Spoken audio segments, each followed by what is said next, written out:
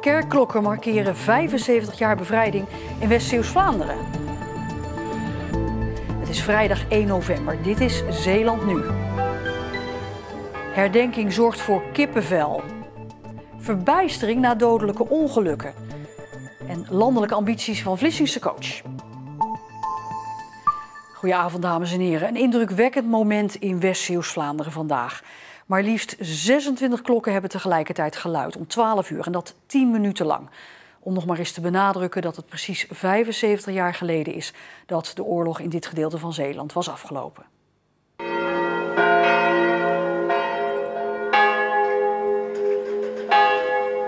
Uit maar liefst 3 torens klonk om 12 uur precies in Oostburg het vrijheidsgeschal.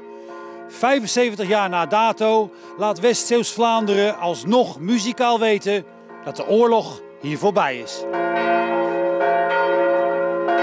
Bijna heel oktober hadden de geallieerden in 1944 nodig om Zeeuws-Vlaanderen vrij te maken van Duitsers.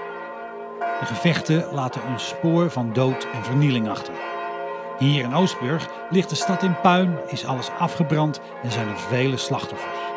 En als de vrijheid er dan eenmaal is, zijn de klokken of gestolen en versmolten of vernield door het oorlogsgeweld. Het blijft dan ook stil. Maar aan die stilte komt vandaag dus een einde nu in heel West-Zeeuws-Vlaanderen de klokken luiden. Het laat de mensen even stilstaan bij de verschrikking van toen. Bombardementen en zo, want mijn vader is toen ook omgekomen. En ik weet nog als de dag van gisteren. Dan haalt er zoveel doden. Het blijkt nu dus dat nu pas de verhalen loskomen. En mijn vader die heeft dus de oorlog ook meegemaakt. Die hebben daar nooit over verteld. Op 26 plekken klonken de klanken van bevrijding. Van opluchting, maar toch ook nog van verdriet. Sluis, Hoofdplaat, IJsendijken, Aardenburg, Groede en Katzand. Overal klinkt het: we zijn vrij. We zijn vrij. Een vrolijke klank. Ja, ik vind dat toch wel heel mooi. Ook gewoon dat het allemaal tegelijk zo speelt. Ja. Klokgelui, dat kan vreugde zijn, maar ook verdriet. Een beetje een ingetogen moment, zo van ja, we bestaan hier toch nog.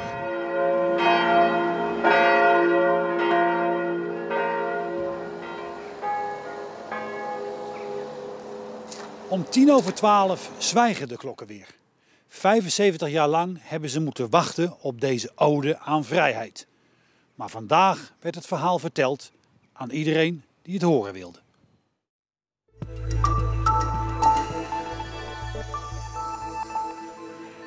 De Fietsersbond zegt verbijsterd te zijn na 2 dodelijke ongelukken met fietsers in Middelburg. Een 74-jarige Middelburger kwam gistermiddag onder een cementwagen terecht op de kruising van de Poelendalensingel en de Nieuwe Vlissingseweg. Hij overleed ter plekke.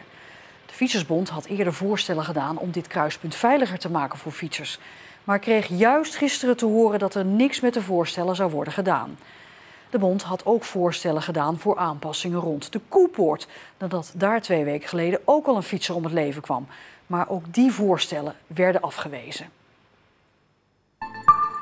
Delta gaat 100 miljoen euro investeren om glasvezelkabel aan te leggen in de provincie, waardoor Zeeuwen sneller kunnen internetten en downloaden. Het bedrijf begint in Middelburg, Goes en Terneuzen en later volgt de rest van de provincie. Voor de aanleg moeten straten in Zeeland wel open worden gelegd. Ja, we gaan nu starten met de aanleg van glasvezel en dat doen we inderdaad deur aan deur. Dus we gaan op een gegeven moment echt alle huizen langs om daar een kabel te trekken. Maar geen zorg, de tuin wordt niet overhoop gehaald. Daar hebben we prima technieken voor om zo'n kabel netjes onder de grond door te schieten naar de voordeur. Ondernemer Kees van Zanten uit Sluis kreeg deze week de advocaat van het grote Amerikaanse bedrijf Apple op zijn dak. Van Zanten verkoopt telefoonaccessoires, waaronder telefoonoortjes. En die oortjes lijken te veel op de oortjes van Apple, zegt het Amerikaanse bedrijf, dat een brief schreef aan Van Zanten. Een zogenaamde sommatiebrief, dus dat erin staat dat ik moet stoppen met de verkoop, dat ik de klanten moet aanleveren en de lijst van verkopen en 2600 euro boete. Maar die gaat Van Zanten niet betalen en hij stopt ook niet met de verkoop, want hij is het niet eens met Apple. We gaan ons echt niet bezighouden met merkvervalsing of andere dingen. Dus, en Ja, we gaan gewoon in op de markt. Iedereen verkoopt die. En waarom zou ik ze dan niet mogen verkopen? Want ze staan overal te koop, zelfs in het kruidvat. Spectaculaire droombeelden van het kitesurfen aan het strand van Vrouwenpolder. De Middelburger Thomas de Koster is met deze beelden genomineerd voor de Drone Awards 2019 in de categorie Nationaal. In zijn video vliegt zijn drone tussen tientallen kitesurfers bij het strand van Vrouwenpolder. De video is begin deze maand opgenomen tijdens een sterke westerstorm. De kitesurfers springen tientallen meters door de Zeeuwse lucht, rakelings langs de camera. De volledige video is te zien op onze website. De winnaar van deze landelijke wedstrijd wordt begin december bekendgemaakt.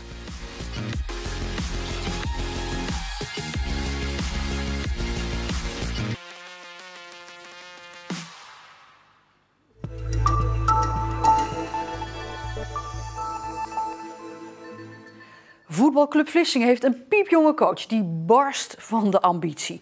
Kevin Hollander, 31 jaar pas, wil heel Zeeland en daarna Nederland laten zien wat hij als trainer in zijn mars heeft. Je zou hem misschien nog als speler op het veld verwachten, maar trainer zijn vond hij uiteindelijk toch leuker. En na 3 jaar bij derde klasse Walcheren te hebben getraind, wil Kevin Hollander nu bewijzen dat hij ook 2 niveaus hoger zijn mannetje staat. Ik vind het heerlijk om te werken. Als je dan hier met een Rens Roemerato, Jossima Patinama speelt, Etienne Mali, die hebben allemaal al een beetje hun sporen verdiend. En om dan met zulke jongens te werken, is voor mij echt wel een mooie leerschool. Ook een verademing, want die jongens die kennen het klappen van de zweep. En daarbij leer ik gewoon heel veel. En dat leren is belangrijk, want Hollander legt de lat voor zichzelf hoog. Ik wil het maximale uit mezelf halen en uiteindelijk hier mijn werk van gaan maken. Om de juiste trainerspapieren te halen liep Hollander vorig seizoen onder Rogier Veenstra stage bij derde divisionist Goes. En Veenstra, zelf ook pas 32, is nu aan de slag gegaan bij tweede divisionist ASWH uit Hendrik Ido Ambacht. De mannen overleggen nog altijd graag met elkaar. Dus wij praten heel veel over voetbal. En als ik met Rogier over voetbal praat, dan moet ik oppassen dat ik op tijd thuis ben voor het eten. Want de kans bestaat wel eens dat het wat langer duurt. En ik heb heel veel contact met Rogier nog. En hoe hij dat nu beleeft bij ASWH in een tweede divisie. En hoe ik dat hier beleef, wat voor mij natuurlijk ook een stapje hoger is. En daarbij sparren we met elkaar. Maar ondanks de grote ambities van Hollander durft hij nog niet te zeggen dat het net gedegradeerde VC Vlissingen dit seizoen kampioen wordt van de eerste klasse. Wij worden als titelkandidaat bestempeld door eigenlijk alle andere ploegen. En dan zie je dat de ploegen waar wij tegen spelen altijd rekening houden met de kwaliteiten van Vlissingen. En de tegenstanders graven zich een beetje in. Over het algemeen hebben wij heel veel de bal en moeten wij de oplossing zoeken. Ja, maar die hoofdklasse na dit jaar, dat is wel weer het doel, toch? Dus het is makkelijker gezegd dan gedaan. En je ziet wel dat de jongens steeds progressie maken en steeds beter worden en steeds makkelijker elkaar weten te vinden. Ja, dat moet toch uiteindelijk wel leiden om de bovenste plaatsen te gaan. Coach in het betaald voetbal is de ultieme droom. Maar Hollander verliest daarbij de realiteit niet uit het oog. Het kan heel snel gaan. En voordat het voor mij zover is, laten we dan eerst maar weer eens even kijken naar volgende week naar Spartaan 20. Voordat we natuurlijk echt gaan dromen.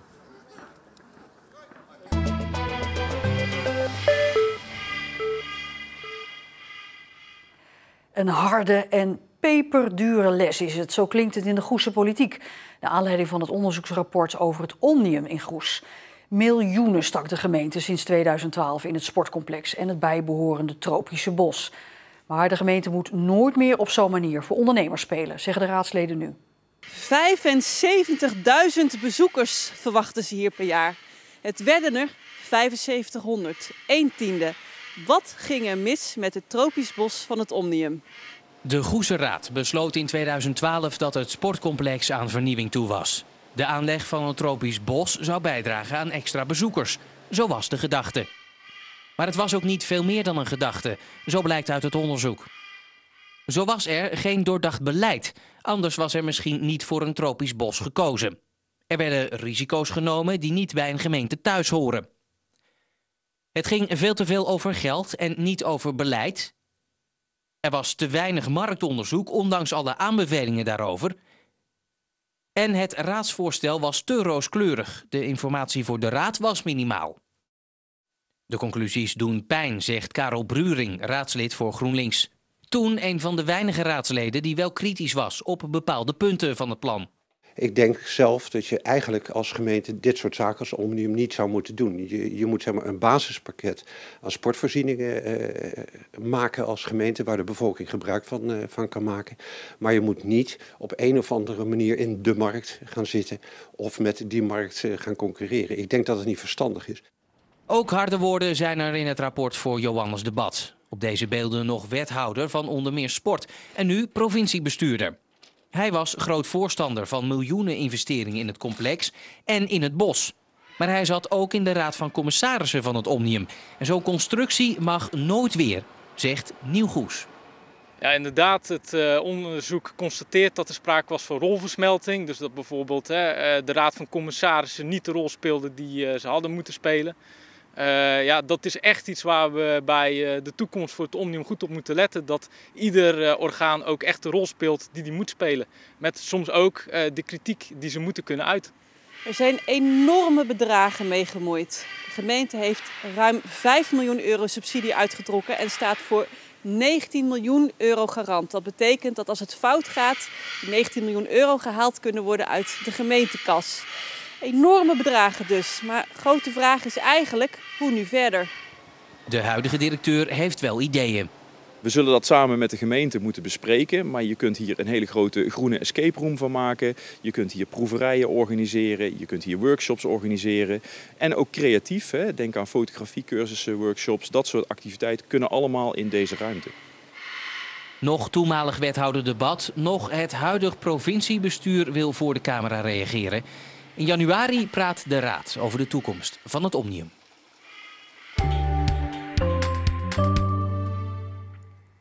De dag startte bewolkt en dat levert hier in Veeren een mooi herfstplaatje op. Maar al snel begon het flink te regelen, zoals hier op de vrijdagmarkt in Vlissingen. En de komende dagen zien we inderdaad af en toe meer regen, maar ook opklaringen. Na het weekend is het helaas weer prijs en wordt het ook weer iets frisser.